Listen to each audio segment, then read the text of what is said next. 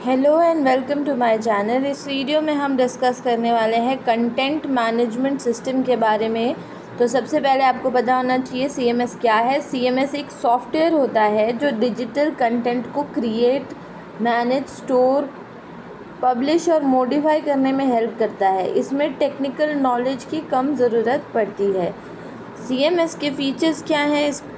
तो ये easy to use है, कंटेंट क्रिएट और एडिट करना इजी है, मल्टीपल यूज़र्स को अलाउ करता है, वर्जन कंट्रोल यानी हिस्ट्री भी मेंटेन करता है, वर्क फ्लो का मैनेजमेंट भी ध्यान रखता है, सिक्योर और रिलायबल है और प्लेटफॉर्म इंडिपेंडेंट है यानी कि वेब बेस्ड है।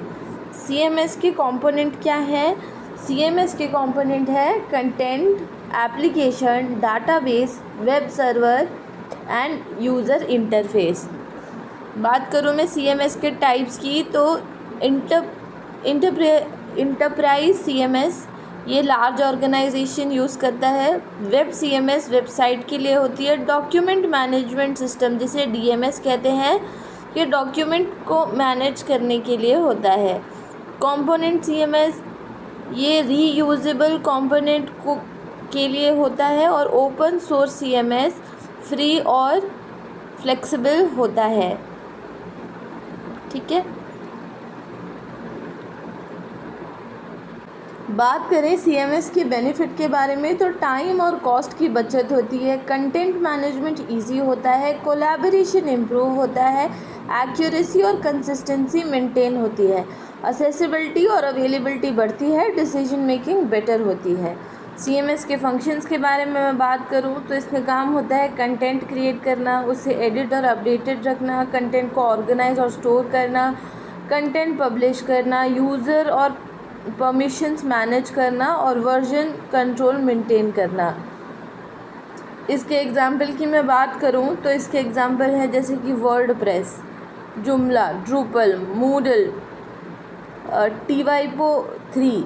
तो ये आपको ज़रूर याद करना चाहिए, ये आपसे एग्ज़ाम में पूछा जा सकता है।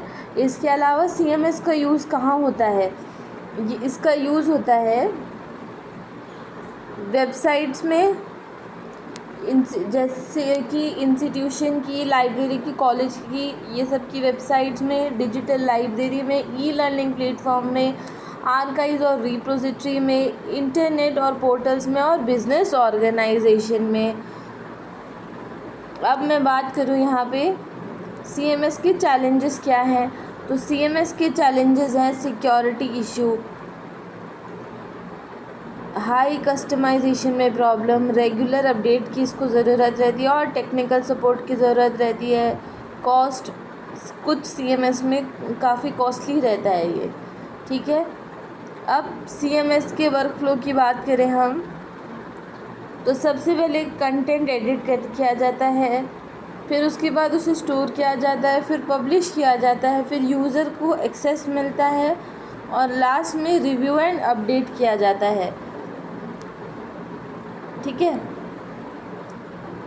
अब आप इसको याद कैसे कर सकते हैं? एक शॉर्ट ट्रिक है, सीएमएस कंटेंट को क्रिएट करता है, मैनेज करता है और पब्लिश करता है।